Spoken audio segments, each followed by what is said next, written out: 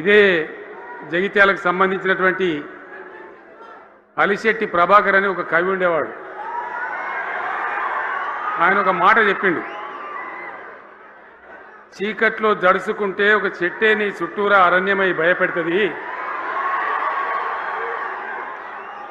గుండె అంటూ కలిగి ఉంటే గుండె ధైర్యం ఉంటే నీ వెంట అదే పెద్ద సైన్యమై నిలుస్తుంది అని చెప్పిండు ఆయన.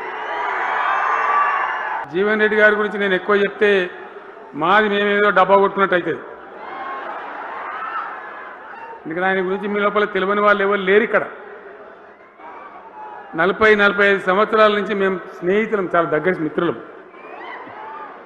వారు చెప్పిన వారి ఉపన్యాసంలో భిన్న రాజకీయ సిద్ధాంతాల వల్ల విడివిడిగా పనిచేసినాం, కానీ మా స్నేహితంలో ఎప్పుడు లోపం లేదు. జగిత్యాల్లో ఆయన పుట్టి పెరిగి రాజకీయంగా చాలా పెద్దవాడు అయినాడు మీ అందరి దీవెనతో. కానీ ఒక జగిత్యాల్లోనే కాదు, ఆయనకు పాత కరీంనగర్ జిల్లా వ్యాప్తంగా అట్లనే పొరుగున ఉన్నటువంటి అనేక జిల్లాలలో చాలామంది జీవన్ రెడ్డి గారి అభిమానులు ఉన్నారు. నేను ముఖ్యమంత్రి అయినా వారు ప్రజాప్రతినిధిగా కరీంనగర్లో జరిగినటువంటి సభకు వచ్చింది. అందరూ మాట్లాడిన చాలామంది, తను మాట్లాడుతూ ఒకటే మాట కోరిండు, అయ్యాక బోర్నపల్లి అనే కాడ గోదావరి మీద ఒక బ్రిడ్జ్ అవసరం మాకు, అది కంపల్సరీ కావాలి అంటే నేను ఇక ఓదాలు బీదాలని మర్చిపోయి ఏంది జీవన్న మళ్ళీ చెప్పండి అని చెప్పిండు ఆయన.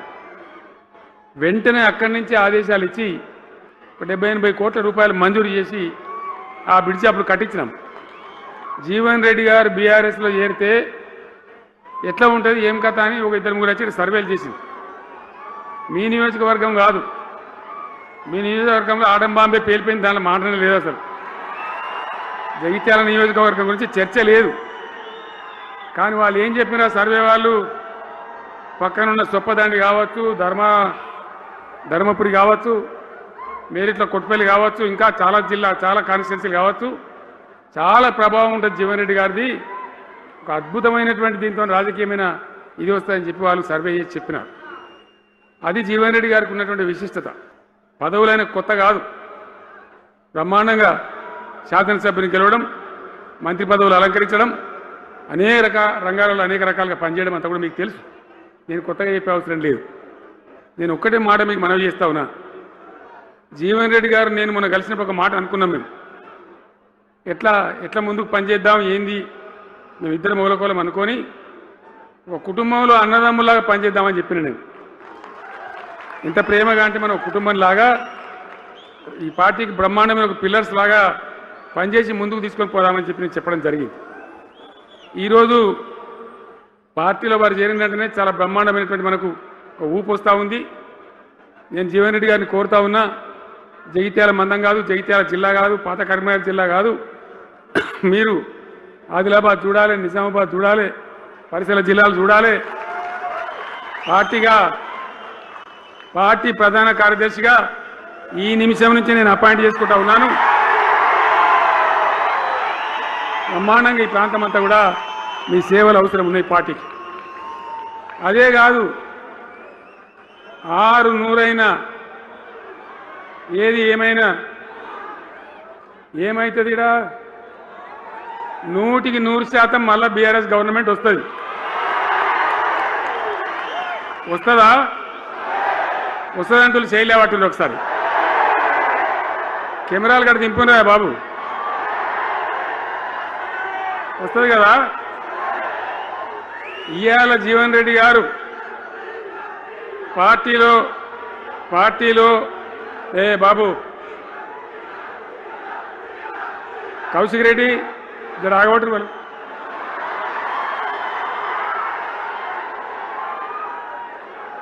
పార్టీలో పనిచేసి పార్టీ కోసం సేవ చేయడమే కాదు, రేపు భవిష్యత్తులో బీఆర్ఎస్ గవర్నమెంట్ ఏర్పడిన తర్వాత కూడా బ్రహ్మాండమైన పదవిలో ఆయన అద్భుతమైన సేవలు మీ జిల్లా మొత్తానికి అందించబోతాడు. తెలంగాణ రాష్ట్రానికే ఆయన సేవలు అందించబోతాడు. ఇది నా మాట, కేసీఆర్ మాట అని నేను జగిత్యాల గడ్డ మీద చెప్తా ఉన్నా. నేను ఎక్కడన్నా మాట ఇచ్చినంటే తప్పలే.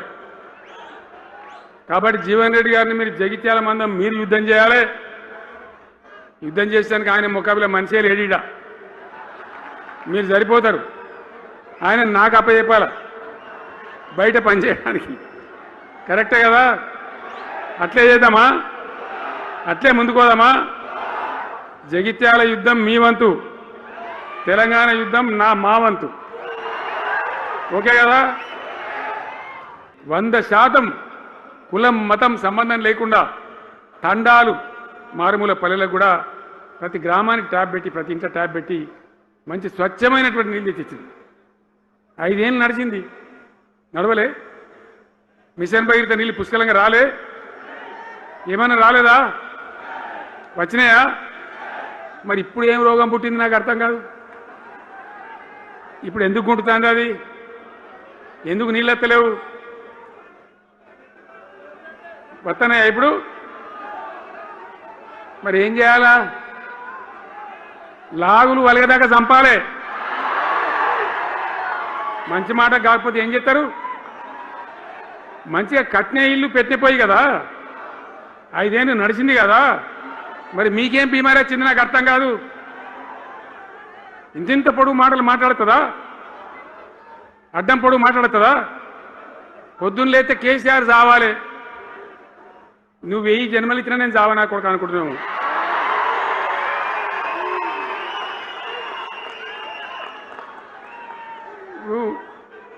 ఉట్టి మీద దాచిపెట్టిరు,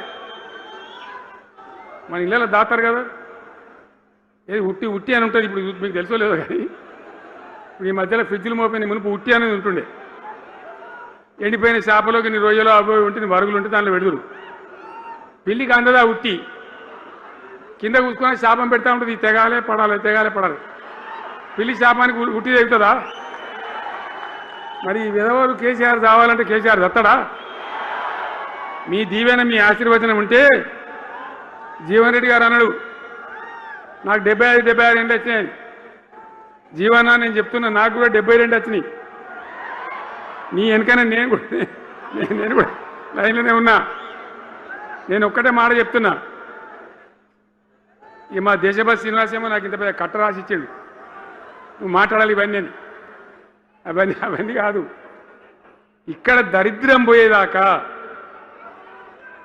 ఇక్కడ టాప్ టు బాటం అన్ని వర్గాల ప్రజలు ఇది మా తెలంగాణ, మేము గర్వంగా బతుకుతాం, సంతోషంగా బతుకుతాం, అన్ని వర్గాల ప్రజలు తలెత్తుకొని వచ్చేదాకా మనం సేవ చేయాల్సిందే, చివరి శ్వాస దాకా కూడా చేయాల్సిందే, తప్పనే తప్పదు. అందుకే జీవన్ రెడ్డి గారు లాంటి సీనియర్ నాయకుడు, అనుభవం ఉన్న వ్యక్తి నోటికెళ్ళి ఏం మాట వచ్చింది? కాంగ్రెస్ పోవాలి, బీఆర్ఎస్ రావాలి. ఎందుకు వస్తుంది ఆ మాట? వటిగానే వస్తుందా? బాధ్యత లేకుండా వస్తుందా? ఏది చూసినా కూడా చక్కదనం లేకపోతే, పొద్దున్న లేతే దోపిడి తప్ప ఇంకోటి లేకపోతే ఎందుకు ఈ పరిస్థితి వస్తుంది? రాష్ట్ర ఆర్థిక పరిస్థితి నాశనం, ఉద్యోగస్తుల ఆగం, రిటైర్డ్ ఉద్యోగస్తుల ఆగం, విద్యార్థుల జీవితాలు ఆగం, ఆటో కార్మికుల జీవితాలు ఆగం. ఎవరు చక్కగా ఉన్నాడు? సంతృప్తి ఎవరున్నారు? ఖచ్చితంగా మళ్ళా ఎట్టి పరిస్థితులలో ఎవరు ఏమన్నా సరే ఖచ్చితంగా రావాలి. ఇంకా ఈ అందానికి ఒకటి బోడముడ హైడ్రాని తెచ్చిపెట్టింది. దానికి ఆ హైడ్రాకు ఆ పిసిసి ప్రెసిడెంట్ అని ఉంటాడు ఆయన, కాంగ్రెస్ కమిటీ అధ్యక్షుడు, ఆయన నిజామాబాద్లో పోయి చెప్తుండు, హైదరాబాద్లో హైడ్రా, నిజామాబాద్ కూడా తెత్తాం బిడ్డ, నిజామాబాద్లో నిడ్రా, రేపు జగిత్యాలలో కూడా జిడ్రా అంటాడు. ఇక అది ఏం కావాలి? మొత్తం పేదల కొంపలన్నీ కూల్చుడేనా? కేసీఆర్ రాజ్యానికి వచ్చినప్పుడు 3.5 లక్షల మందికి పేదలు ఎక్కడ ఉన్నారో అక్కడనే పట్టాలు ఇచ్చినాం. వాళ్ళని ఆగం చేయకుండా పాపం గరీబోళ్ళు 3.5 లక్షల కుటుంబాలకు హైదరాబాదు చుట్టుపక్కల వేరే పట్టణాల్లో కూడా పట్టాలు ఇచ్చిన వాళ్ళని బతకనిచ్చినాం. ఇలా ఏం కూలగొట్టుడు? అది పుస్తకాలు కూడా తీసుకుని పోరాటాలు చదువుకునేటి అంతే గిరితమా? నేను ఒక్కటే మాట మనం చేస్తా ఉన్నా, గ్యారంటీగా బీఆర్ఎస్ గవర్నమెంట్ వచ్చేది ఖాయం. మొట్టమొదటి రోజులనే ఈ ఐటాంటోని ఎత్తి అవతల వరేస్తామని చెప్పి నేను మనం చేస్తా ఉన్నా. తీసేయన్నా దాన్ని, ఐటాన్ని తీసేయనన్నా? పక్క మాటనా? మళ్ళా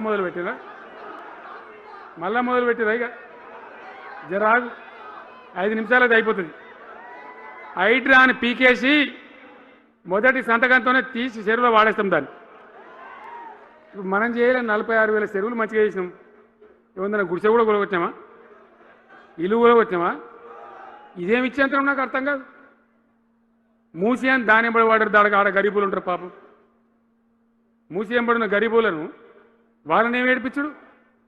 పొద్దున్న లేతే వాళ్ళు నిద్రపోకుండా వాళ్ళ కంటి మీద కొనుక్కు లేకుండా అది ఎవడు చేసే ప్రాజెక్ట్ అయ్యేది కాదు, పీకేది అవుతుందా?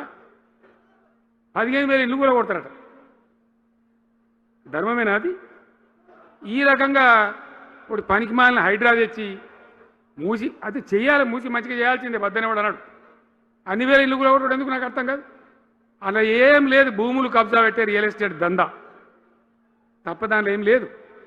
మూసి ప్రజల కోసం కాదు, నగర ప్రజల కోసం కాదు, ఈజీగా చేయగలిగిన దాన్ని, మామూలుగా చేయగలిగిన దాన్ని నాశనం బట్టి దాన్ని కథం పడతా ఉన్నా. ఎదుర్కొందామా? మీటర్లో ఎదురుపాటును యుద్ధం చేద్దామా? కొట్లాడదామా? ఏమన్నాం మనం? నాకు అర్థం కాదు. రైతులు మంచిగా ఉండాలి, వ్యవసాయం మంచిగా ఉండాలి, పల్లెలు బాగుండాలి, వృత్తి పనులు బాగుండాలి. ఇప్పుడు యాదవులకు గొర్రెలు ఇప్పించినాం. ఇప్పుడు వస్తున్నాయా గొర్రెలు? వినబడతలేదు. బంద్ అయినాయా? ఎందుకు బంద్ అయినట్టు? మరి దానికి ఏం రోగం వచ్చే? మరి ఎవరికి ఇచ్చినట్టు? చేపలు పట్టే వాళ్ళ కోసం చేప పిల్లలు వేసినాం, ఇప్పుడు వేస్తాను రా. మరి ఎవరికి చేసినట్టు? 6 గ్యారంటీలు, 420 హామీలు. స్కూటీలు ఎక్కడ వాయే? స్కూటీల్లో మనలే, ఇంకా స్కూటీలు ఎక్కడి? ఏమన్నా నచ్చినాయా?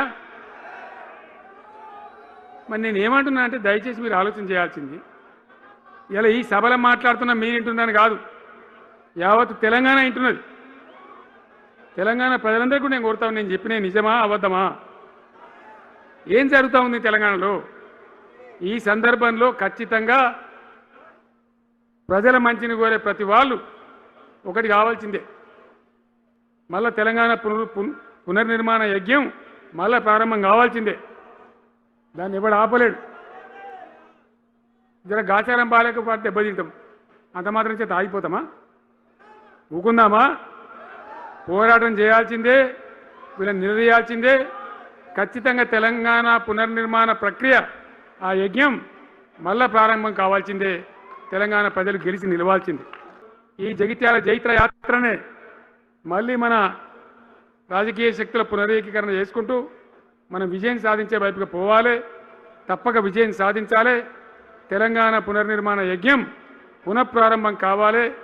ముందుకు పోయి మనం విజయం సాధించాలని కోరుకుంటూ మీ అందరికీ కూడా పేరు పేరున ప్రతి ఒక్కరికి ధన్యవాదాలు తెలియజేస్తూ నేను సెలవు తీసుకుంటా ఉన్నా. జై తెలంగాణ.